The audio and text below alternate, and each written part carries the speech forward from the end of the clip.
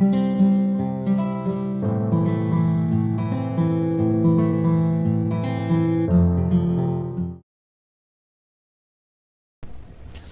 guys, welcome back to Civil Design and thanks for subscribing our channel।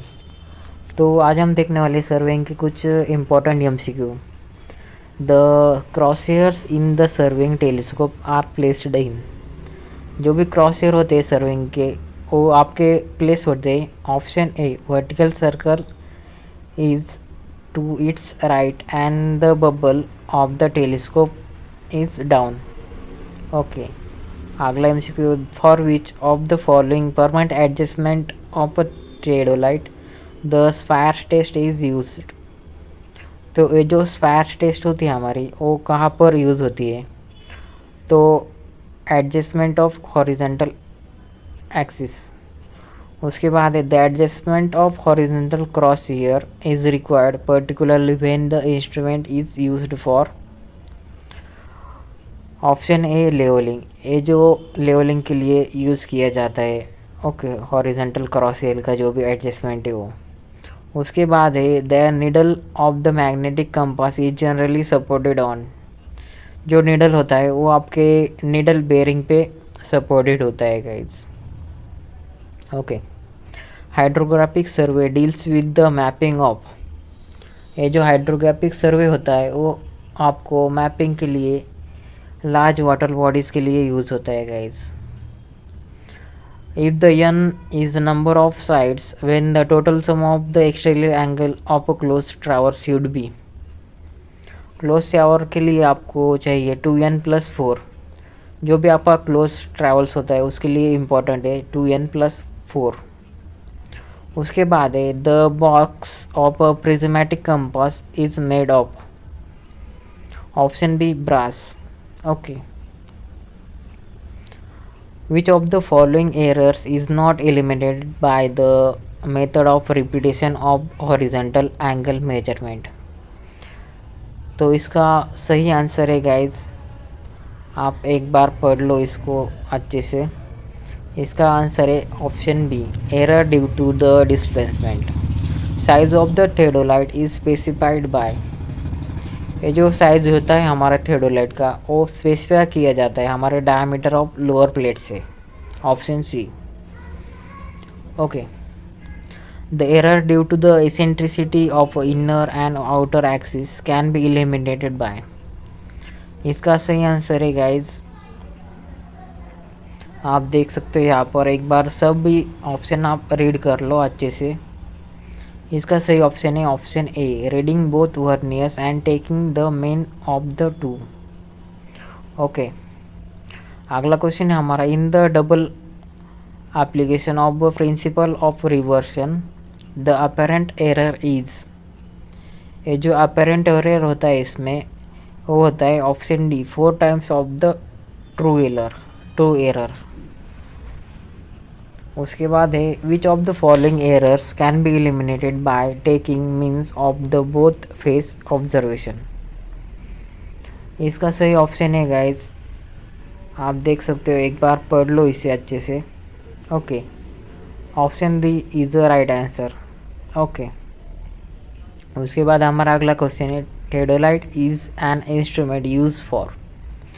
ये जो हमारा theodolite होता है वो किसके लिए यूज़ होता है? For a measurement of both angle, horizontal and vertical, both angle यहाँ से हम मेजर कर सकते हो थियोडोलाइट से। ये भी इम्पोर्टेंट क्वेश्चन है guys. If the tripod settle in the interval that elapses between taking the backside reading and the following foresight reading, then the elevation of the turning point will be। तो इसका सही answer है option ए, जो कि increase होता है guys. अगर आपको एलिवेशन ऑफ टर्निंग पॉइंट है वो आपको इंक्रीज मिलेगा गाइज जब आप बैक साइड और फोर साइड रीडिंग उसके बाद लेंगे तब। Following is the term use the inner levelling while the reduction of levels. Height of instrument उसे कहा जाता है गाइज, जो टर्म्स होती है उसे हाइट ऑफ इंस्ट्रूमेंट कहते हैं। The process of turning the telescope about the vertical axis in the horizontal plane is known as option D swinging.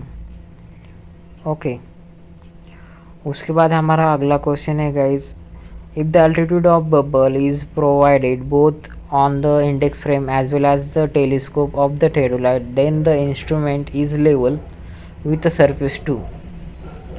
तो इसका आप सही आंसर देख लेना guys, option A, option B, option C या option D. इसका सही ऑप्शन है option B, both first and fourth. A level line is a, तो लेवल लाइन किसे कहते हैं गाइज? ये भी इम्पोर्टेंट क्वेश्चन है, हर एक एग्जाम में ये क्वेश्चन आ सकता है गाइज। इसका ऑप्शन है B, a level line is a line parallel to the mean of the spheroidal surface of the earth. Which of the following is not a function of levelling head? इनमें से कौन सा function levelling head का नहीं है? तो इसका सही आंसर है option D, none of the above. एक बार आप अच्छे से देख लेना इसके, ये भी मेन क्वेश्चन है हमारा, आ सकता है आपके एग्जाम में। The following sight are taken on a turning point, fore side, back side, fore side और बैक साइड और बोथ। तो फोर साइड और बैक साइड दोनों रीडिंग लेते हैं हम टर्निंग पॉइंट में। The rise and fall method of levelling provides a complete check on, rise and fall method है वो आपको कंप्लीट चेक प्रोवाइड करता है back side, intermediate side and fore side reading पे ऊपर। तो all of the above is the best answer.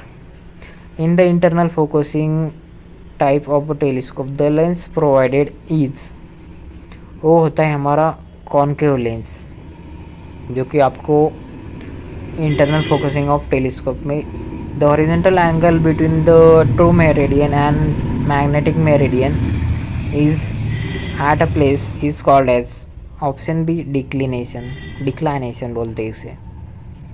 ये भी मेन क्वेश्चन है जो कि आ सकता है। Which of the following errors can be neutralize by setting the level midway between the two station? Okay, जो कि न्यूट्रलाइज करता है वो होता है error due to the both curvature and refraction. Okay, तो वो ये दोनों एरर्स आपको न्यूट्रलाइज कर देता है वो। Height of the instrument method of levelling is, इसका सही आंसर है गाइज, आप देख सकते हो ऑप्शन में से, quicker and less tedious for a large number of intermediate sides. Okay, तो ये सारी चीज़ें आपको आनी चाहिए गाइज, जो कि इम्पोर्टेंट होती है एक साइट इंजीनियर के लिए। The least count of prismatic compound is 15 second. If the magnetic bearing of the sun at a place at noon in the southern hemisphere is 167 degree, the magnetic declination at the place is, तो इसका सही answer है option सी, 13 degree east. 180 में से minus किया वो आता है हमारा 13 डिग्री ईस्ट में। ओके, अगला क्वेश्चन है हमारा, in the levelling for taking levels of ground one of the following instrument is use. Ground के लिए आपको यूज़ होता है डम्पी लेवल, जो कि बेसिक क्वेश्चन है, आपको हर एग्जाम में पूछा जा सकता है गाइज, जो कि इम्पोर्टेंट भी है। ये भी क्वेश्चन हमारा इम्पोर्टेंट है guys. If the lower clamp screw is Titan and upper clamp screw is लूजन, the theodolite में बी रोटेटेड। ओके, अगर आपने अपना लोअर क्लैम्प स्क्रू टाइट किया और जो अपर क्लैम्प स्क्रू है वो लूज़ किया, तो थियोडोलाइट में आपकी कौन सी पोजीशन बनेगी? वो बनेंगे on it's inner spindle without a relative motion with, एक बार देख लेना क्वेश्चन आप। The prismatic compass and the surveyor compass, इसमें आप देख सकते हो जो कि आपको इसका आंसर है, can give a whole circle bearing and the quadrantal bearing of a line respectively, दोनों आपको मिल जाएगी। The principle of working of optical square is based on the double reflection. Optical square का डबल रिफ्लेक्शन के ऊपर working होता है। A telescope is said to be inverted if it's, अगर आपको टेलीस्कोप है वो इन्वर्टेड कहा जाता है तो कौन सी केस में आपको कहा जाता है, उसमें much closer to the eyepiece than to the objective lens. अगला क्वेश्चन है हमारा, which of the following instrument is use for the measurement of angles. तो इसका सही आंसर है गाइज ऑप्शन सी, सेक्सटेंट, जो कि इम्पोर्टेंट होते हैं, हर एक एग्जाम में आपको आ सकता है question. In the levelling work the diagram और map shown here where each line is having the point of equal elevation is called as, option है कंटूर मैप। कंटूर मैप कहा जाता है उसे। The angle between the two planes mirror of the optical square should be, उसका angle होता है 45 degree guys. अगला question है हमारा, the rise and fall method is less accurate और नॉट सुटेबल और which provides or is quicker or less steadier than the large number of, तो large riser and fall method is option C. The difference between a level line and a horizontal line is that, इसका सही answer एक बार देख लेना guys, इसका सही answer है एक बार सब आप पढ़ लेना इसके जो भी ऑब्जेक्टिव ऑप्शन से, इसका सही आंसर है ऑप्शन ए। ओके,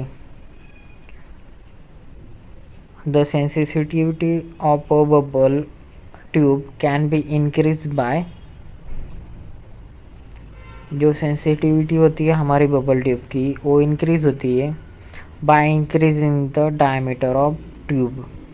ओके, अगला क्वेश्चन है, with the rise of temperature the sensitivity of bubble tube, अगर आपने टेम्परेचर को राइज किया तो सेंसिटिविटी उसकी डिक्रीज हो जाएगी बबल ट्यूब की, जो कि बेसिक क्वेश्चन है। Refraction correction, okay, refraction correction का मेन यूज है जो कि आप देख सकते हो, partially eliminates the curvature correction. Okay, option B is the right answer. The negative declination shows the magnetic meridian is to the, तो इसका सही आंसर हो सकता है guys option B, western side of the true meridian. Agate cap is fitted with a, ये जो agate cap होता है वो आपको प्रिज्मेटिक कंपास में फिटेड होता है guys. In the surveying, when the curvature of the earth is taken into consideration, when that type is called as, okay, जहाँ पर curvature of earth कंसिडर होता है उसे बोलते हैं हम जियोडेटिक सर्वेइंग। बेसिक क्वेश्चन है गाइस, हर एक एग्जाम में पूछा जा सकता है। The graduation in a compass, prismatic compass, inverted upright run clockwise having 0 degree south or run clockwise having 0 degree north, तो इसका सही आंसर है first and third, option A are inverted and the run clockwise with 0 degree south. ए भी अच्छा problematic problem से guys. The RL of the point A which on the floor is 100 meter and the backside reading is 2.455 meter, and foresight of a reading at point B which is ceiling 2.745 meter. The RL of point B will be,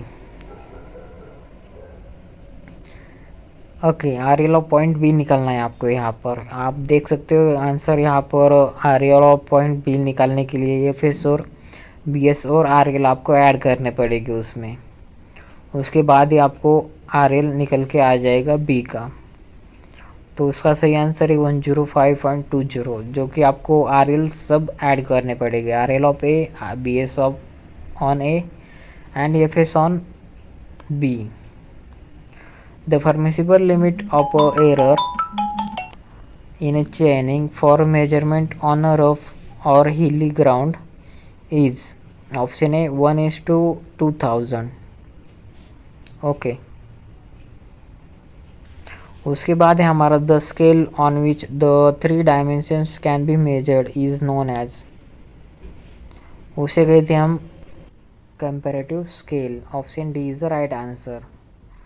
उसके बाद the error due to bad ranging is option B cumulative positive. Okay, bad ranging के लिए sensitiveness of a level tube is design by, इसका सही option है guys option A radius of the level tube. Okay, उसके बाद अगला question, which of the following statements is incorrect. यहाँ पर आप एक बार देख लेना। ओके, एक बार सभी ऑप्शंस पढ़ लेना, इसमें सही क्वेश्चन कौन सा गलत है। Option D is incorrect. Okay, यानी कि सभी ऑप्शन हमारे सही है। उसके बाद हमारा अगला क्वेश्चन है, dumpy level is most suitable when, जो कि डंपी लेवल आप यूज़ करते हो ज़्यादातर सुटेबल है। Many readings are to be taken from a single setting of the instrument. Okay, the difference of a level between two station A and B is to be determined for the result the instrument station should be. Okay, इसका सही answer है guys option A equidistance from A and B. Okay, यहाँ पर आपको difference determine किया जाएगा। Contour interval inversely proportional होता है या डायरेक्टली प्रोपोर्शनल होता है, लार्जर होता है या larger if the time available is more. तो इसका सही आंसर है option A contour interval is inversely proportional to the scale of map. The imaginary line lying throughout the surface of ground and preserving a constant inclination to the horizontal is known as option D contour gradient. तो इसका सही answer है option D. उसके बाद हमारा अगला question है, the suitable contour interval for the map with scale 1:1,00,000। Okay, 1:10,000 is option A 2 metre. उसके बाद अगला क्वेश्चन है, विच स्टेटमेंट इज करेक्ट। तो एक बार आप सब पढ़ लेना, चाहे तो आप इसको पॉज कर सकते हो। एक क्वेश्चन मैं आपके लिए छोड़ देता हूँ गाइस। ओके, आपके लिए होमवर्क, इतना तो आप कर ही सकते हो। इसका सही ऑप्शन है ऑप्शन सी। उसके बाद हमारा अगला क्वेश्चन है गाइस जो कि इम्पोर्टेंट है आपके लिए, the series of a closely spaced contour line represent a, वो होता है हमारा स्टीप स्लोप दिखाता है जो भी क्लोज स्पेस कंटूर लाइंस होते हैं हमारे।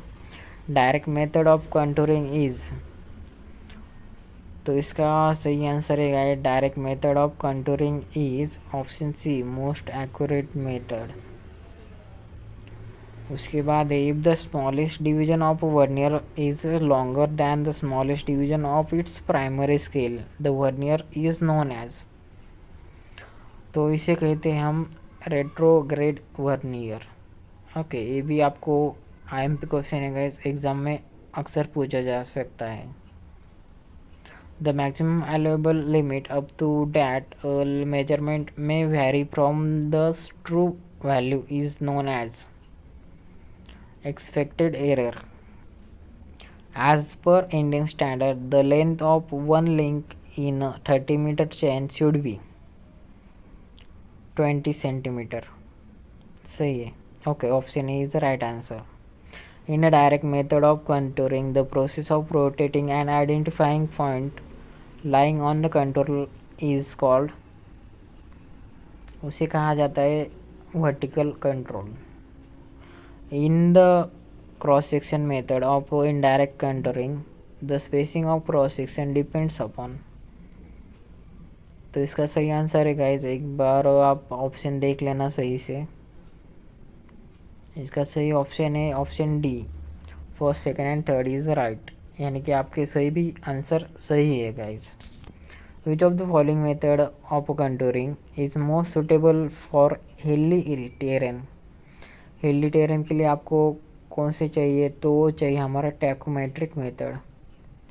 विच of the statement is correct, तो आपको पहचानना इनमें के सही स्टेटमेंट कौन सा है, एक बार आप अच्छे से पढ़ लेना। ओके, इसका सही ऑप्शन है option A, contour interval on any map is kept constant, close contour which higher value inwards represent. अगर आपके हायर वैल्यू इनसाइड है तो आपको हिलॉक रिप्रेजेंट करेगा। कंटूर इंटरवल इज, ये जो कंटूर इंटरवल होता है आपका, वो आपको कौन सा होता है डिस्टेंस उसमें का, जो कंटूर इंटरवल होता है वो होता है the vertical distance between the to consecutive contours, benchmark is established bye. तो इसका सही आंसर है ऑप्शन सी, स्पिरिट लेवलिंग। उसके बाद हमारा अगला क्वेश्चन है the type of surveying which require least office work is. सही क्वेश्चन है, ये भी आपको पूछा जा सकता है। Plane table surveying is a सही answer. Intersecting method of detailing plotting is most suitable for, option C, hilly areas. एक क्वेश्चन है गाइस, इंपॉर्टेंट है, आप खुद इसे पढ़ लेना और अच्छी तरह से इसे आपके लिए होमवर्क है गाइस। ओके, अगर आपको वीडियो आपको जेन्युइनली अच्छा लगा तो प्लीज़ वीडियो को लाइक करना, शेयर करना और हमारे चैनल को सब्सक्राइब करना guys. Thank you.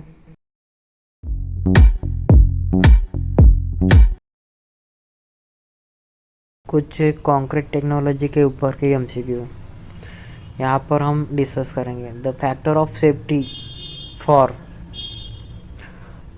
Steel is lower than that of concrete. Okay, factor of safety steel की कम होती है guys as compare to concrete. उसके बाद admixture which cause early setting and hardening of concrete are called. तो इसका सही answer है गाइज ऑप्शन बी, एक्सेलरेटर उसे कहा जाता है। एडमिक्सचर जो होता है उसको हम एक्सेलरेटर कहते हैं। For reinforce concrete section the shape of shear stress diagram is। तो shear stress diagram आपकी कौन सी होती है, पैराबोलिक, रेक्टेंगुलर या फिर उसका जो भी कंडीशन है। इसमें सही ऑप्शन है option C, parabolic above neutral axis and rectangular below neutral axis. Okay, ये इम्पोर्टेंट क्वेश्चन है गाइस हर एक एग्जाम के लिए। If the depth of a neutral axis in a beam is more than the depth of the critical neutral axis, then the beam is called as। तो इसके ऊपर हमने पहले भी वीडियोस में डिस्कस किया है गाइस। इसका सही ऑप्शन है option C, over reinforce beam. Okay, एक कंडीशन ओवर रेनफोर्स बीम के लिए होती है। If the permissible stress in a steel in a tension is 140 Newton per mm square, then the depth of neutral axis for a singly reinforced rectangular balance section will be। Okay, तो इसका सही answer है guys, यहाँ पर आप देख सकते हो option B, 0.40 D। Minimum grade of concrete to be use in a reinforced concrete as per IS 456/1978 is M15, M20, M10 या M25। इसका सही आंसर है M15 के लिए यूज़ होता है। For concreting of heavily reinforce section without vibration the workability of concrete express as a compacting factor should be. तो इसका कॉम्पैक्टिंग फैक्टर होता है, इसका सही आंसर है option D, above 0.92। maximum quantity of water needed per 50 kg of cement for M15 grade of concrete is. इसका सही answer है 32 litres. According to IS 456 1978 the flexural strength of a concrete is. तो flexural strength of a concrete is आपको बताना है कि वो directly proportional होती है, इन्वर्सली प्रोपोर्शनल होती है, वो होती है directly proportional to the square root of compressive strength. Okay, तो ये option C is the right answer. According to IS 456 the column or a strut is the member whose effective length is greater than। ये कई बार आपको question आ सकता है हमारे exam में। इसका सही आंसर है guys option C 3 times the least lateral dimension। Your increment in the concrete increases। तो इसका सही आंसर है ऑप्शन ए वर्केबिलिटी इंक्रीजेस होती है हमारे। ओके, उसके बाद अगला क्वेश्चन है हमारा according to IS 456 minimum slenderness ratio for short column is. Short column के लिए हमारा मिनिमम सिलेंडरनेस रेशियो कितना होना चाहिए? तो वो होता है नॉर्मली लेस दैन 12। ओके, उसके बाद हमारा अगला क्वेश्चन है guys the effect of creep on a modular ratio is. तो इसका आंसर हो सकता है यानी कि है option B increases. Examine the following statement, और इसमें से बताना है आपको कौन सा सही स्टेटमेंट है वो। एक बार आप सब देख लेना अच्छे से, और फाइनली इसका आंसर क्या है वो आप बता देना। ये आपके लिए स्टडी के लिए है गाइस। यहाँ पर मैं पॉज लेता हूँ थोड़ी देर। इसका option B is right answer. 1 and 4 statement is correct. In the testing of fresh concrete to check the workability, the test which is carried out, which of the following apparatus is shown in figure is called as। Slum कौन test use होता है? Okay, इसे slum कौन test कहते हैं हम। 50, 200, 300 height है उसकी। Minimum thickness of load bearing RCC wall should be. Minimum thickness क्या होती है हमारे RCC वॉल के लिए? 100 mm हम लेते हैं normally. In RCC footing on a soil the minimum thickness at edge should not be less than. जो मिनिमम थिकनेस एज के लिए होती है वो हमसे कम 150 होनी चाहिए। 150 mm से ज़्यादा नहीं होनी चाहिए। The slab is design as a one way if the ratio of long span to the short span. तो इसका रेशियो क्या होता है? अच्छा क्वेश्चन है, हर एक एग्ज़ाम में आता है गाइस। वो होता है option D greater than 2 one way के लिए। Higher modular ratio shows higher modular ratios क्या शोज करता है हमें? तो इसका सही आंसर है option B lower compressive strength of concrete. Okay, increase in a moisture content in a concrete. तो मॉइस्चर कंटेंट इंक्रीज होने के बाद क्या असर होता है कंक्रीट के ऊपर? उसकी स्ट्रेंथ जो होती है वो रिड्यूस होती है guys. Option A is the right answer. The average permissible stress in a bond for a plane bar in a tension is. Average permissible strength होती है हमारी AP250 के लिए, वो होती है हमारी increase by 25% bars in a compression. Option B is the right answer. ये सही क्वेश्चन है, हर एक एग्ज़ाम में आ सकता है। The main reason for providing number of reinforcing bar at a support in a simply supported beam is to resist in that zone. वो होते हैं हमारे टेंस बॉन्ड ट्रेस के लिए वो प्रोवाइड किए जाते हैं गाइस, जिसका मेन रीज़न है. For a slab supported on its four edges with a corner held down and loaded uniformly, the Marcus correction factor to the moment obtained by Grashof-Rankine theory is always less than 1 होता है guys. Option A is the right answer. The limit of percentage P of the longitudinal reinforcement in the column is given by. Okay, तो limit of percentage P निकालना है आपको. वो क्या होता है आपको बताना है. वो होता है 0.8 to 6% कॉलम के लिए. ओके,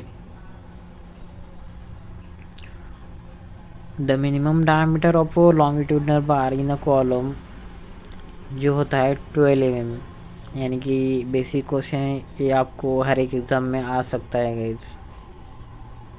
इम्पॉर्टेंट है, आपको आना ही चाहिए. The diameter of ties in a column should be. जो हमारे कॉलम के टाइज होते हैं उसके डायमीटर क्या होती है वो आपको बताना है गाइस. ओके, तो एक बार अच्छे से पढ़ लेना उसके ऑप्शंस. इसका सही आंसर है more than 5 mm and more than 1/4 of the diameter of main bar due to circumferential action of the spiral in a spirally reinforced column. इसकी क्या कैपेसिटी या डक्टिलिटी या कैपेसिटी इंक्रीज होती है या डिक्रीज होती है. तो option D is the right answer है guys. Okay, when the shear stress exceeds the permissible limit in a slab then it is reduced by. अगर आपकी shear stress इंक्रीज होती है परमिसिबल लिमिट्स के ऊपर तो उसका असर डेप्थ इंक्रीज होती है उसकी. Okay, depth increasing the depth. Okay, the minimum cover to the ties or spiral should not be less than 25 mm. The load carrying capacity of a helically reinforced column as compared to the tied column is about. इसका सही answer है guys option C 5% more. Strength of a concrete increases with हमारी concrete की strength है वो किस वजह से बढ़ सकती है गाइस. वो बढ़ती है increases the fineness of cement. Okay, the effect of adding calcium chloride in a concrete. Calcium chloride add करने से क्या इफेक्ट होता है. श्रिंकेज इंक्रीज होती है या डिक्रीज होती है, या सेटिंग टाइम इंक्रीज होता है या डिक्रीज होता है. तो इनमें से सही आंसर आपको बताना है guys. Option B is the right answer 1 and 4 to increase sinkage and decrease setting time. Which of the following RC retaining walls is suitable for height beyond 6 meter? 6 metre के ऊपर आपको कौन सी तो होती है हमारी counter force type. Option C is the right answer. The counterfort type retaining wall. इसका वर्टिकल स्लैब ये design as a continuous or heel slab design as a continuous या कैंटिलीवर, ये आपको बताना है गाइस. वो कंटिन्यूस डिज़ाइन करते हैं या कैंटिलीवर डिज़ाइन करते हैं. तो इसका सही answer option A first and second. Vertical slab is design as and उसके बाद हमारा अगला क्वेश्चन है इन counterfort retaining wall the main reinforcement is provided on the. जो मेन रेनफोर्समेंट होती है हमारी वो कहाँ पर आप प्रोवाइड करते हो गाइज. ओके, तो इसका सही आंसर है guys option C is the right answer. First and fourth bottom face में और देख सकते हो आप। The minimum over in minimum cover in the slab should neither be less than the diameter of bar nor less than 15 mm as compared to the ordinary foot and cement. High alumina cement के लिए आपको as compare to the ordinary Portland cement क्या होता है वो बताना होगा guys. तो इसका सही आंसर है option A, higher initial setting time but lower final setting time. Poisson's ratio for concrete remains constant, increases with the richer mixes and decreases with the richer mixes। तो होता है increases with the richer mixes। Option B is the right answer. For the longitudinal reinforcing bar in a column, the minimum cover shall neither be less than the diameter of bar nor less than the जो longitudinal बार होते उसका आपको cover देना है 40 mm होता है वो। The ratio of diameter of reinforcing bar and the slab thickness is,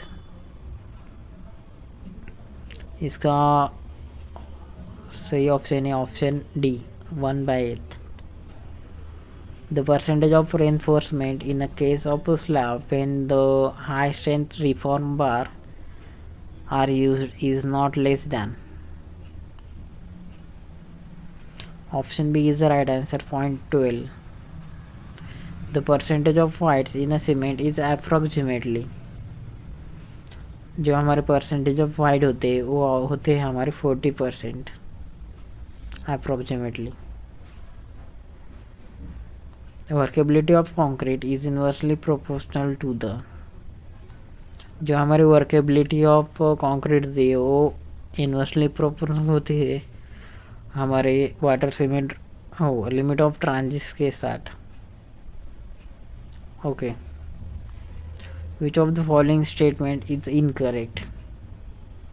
तो एक बार पॉज करके आप इसका देख लेना, इनमें से सब करेक्ट है मगर एक ऑप्शन है इसका इनकरेक्ट है, वो आपको बताना है कौन सा गलत ऑप्शन है इसमें। ओके, ये आपको इस पढ़ लेना एक बार। Option D is the right answer, जो कि गलत है यहाँ पर। 1% of void in a concrete mix would reduce its strength by about, तो इसका सही आंसर है ऑप्शन ए 5% रिड्यूस करता है उसका strength. Okay, the finest modulus of fine aggregate is in the range of, the finest modulus की range निकालने आपकी फाइन एग्रीगेट के लिए 2 to 3.5, इसका सही आंसर है option A. Which of the following is incorrect statement, तो आपको इसमें का इनकरेक्ट स्टेटमेंट बताना है। एक बार आप ये सब पढ़ लेना गाइस। ओके, अच्छे से हर एक एग्ज़ाम में ये क्वेश्चन आता है गाइस। ओके, तो एक बार ये देख लेना आप। The critical section for finding maximum bending moment for footing under masonry wall is located. Okay, तो क्रिटिकल सेक्शन निकालना है आपको मैसनरी वॉल के कहाँ पर हो सकता है हो। Half way between the middle and edge of the wall. Okay, option C is the right answer guys. While designing the file as a column, the end condition are nearly, जब आप file के लिए design करते हो तब इसको and condition होती है 1 end is fixed and 1 end is hinge।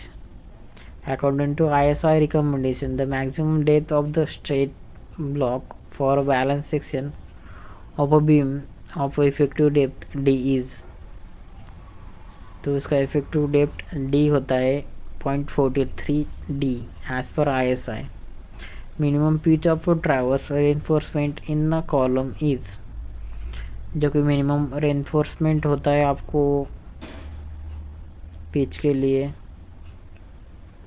वो आपको बताना है guys.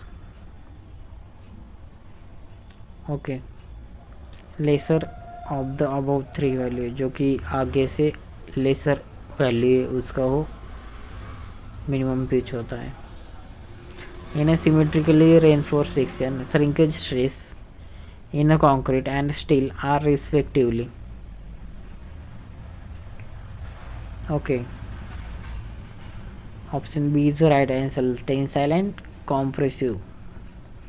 A beam curve in a plan is designed for, beam में जो कर्व होता है प्लान में वो डिज़ाइन होता है bending moment, share and torsion के लिए।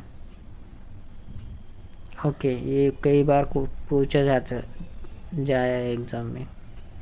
Modulus of rupture of concrete is measure of, तो module of rupture of concrete flexure strength and strength measure की जाती है उससे। The maximum distance between the expansion joint in the structure as पर ISI 1978,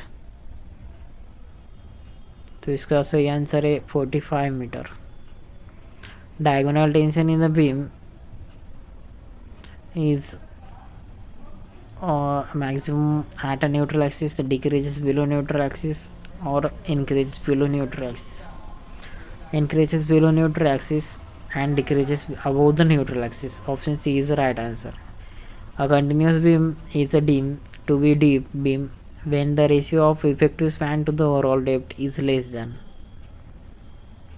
continuous beam के लिए एक condition है, 2.5 is the right answer, option C. The main reinforcement in the toe of a T-shaped RC retaining wall is provided on the, okay, एक बार पढ़ लेना है question अच्छे से। मैं यहाँ पर पहुँच कर तो आप देख लेना है क्वेश्चन अच्छे से। ओके, आपके लिए होमवर्क है गाइस, इसका सही आंसर आप सॉल्व करके बताना। तो फ्रेंड्स, आई होप आपको वीडियो अच्छा लगा होगा, वीडियो का कंटेंट अच्छा लगा होगा। तो प्लीज़ वीडियो को लाइक करो, शेयर करो और हमारे चैनल को सब्सक्राइब करो guys. Thank you, have a nice day.